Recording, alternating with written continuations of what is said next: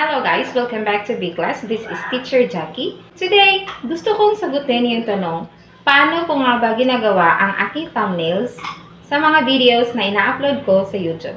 Special shout out to my friend who asked this, Kenna Livid.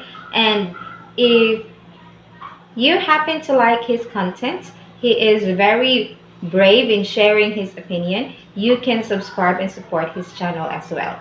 So, paano ko nga ba ginagawa ang aking mga thumbnail dito sa YouTube when I upload my videos on YouTube?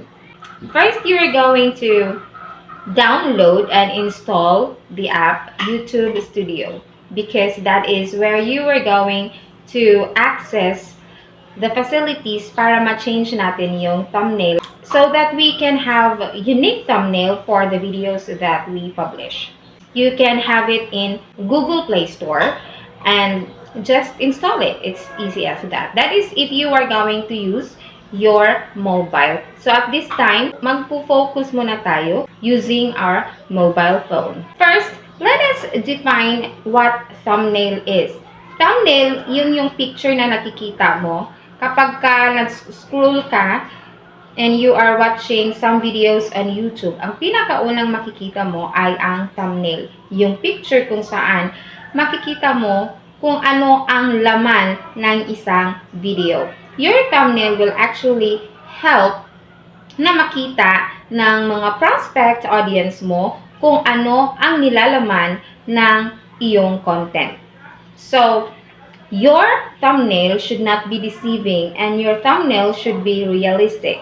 Now, bakit natin kailangang i-customize ang ating thumbnail? Now, if you notice, kapag hindi ka nag-customize ng iyong thumbnail, yung mag-a-appear na-select automatic na thumbnail na isi-select ni YouTube para sa'yo, kung minsan, hindi yun ang parte na gusto mong makita ng iyong audience. Especially, minsan, yung pinakapangit na quality yung nag-a-appear. So, that's why it's very important that we customize our thumbnail. So, how are you going to customize your thumbnail? Now, ito yung mga ginagawa ko para ma-customize yung thumbnail. Habang ako ay nag-i-edit ng aking video sa video editor na gamit ko, everyone ask what video editor I am using para sa aking mga video lessons at sa iba pang mga videos na aking ginagawa over the phone. Yung ginagawa ko talaga, ginagamit ko ay ang CapCut. So, I've been using CapCut for almost a year and it has not disappointed me.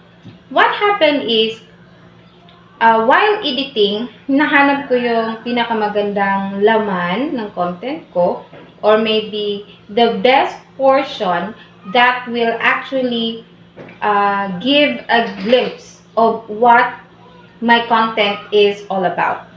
So, ginagawa ko kasi medyo tamad, nagsi-screenshot lang ako. After I have that screenshot, I go to my photos and then I resize the picture and I make sure that it will be the size meant for YouTube, and that is 16 by 9. So, pagkatapos ng layout, ready na siya. Then, next thing is, after the rest of the editing process, I am going to upload my videos. I'm going to upload my video on YouTube. Then, while it is still uploading, I go to YouTube Studio and then there I am going to make some adjustments. So, naglalagay ako ng mga details for the video, tagging, including the thumbnail. So, I am going to show in detail how I do that. Here it is. Open YouTube Studio app.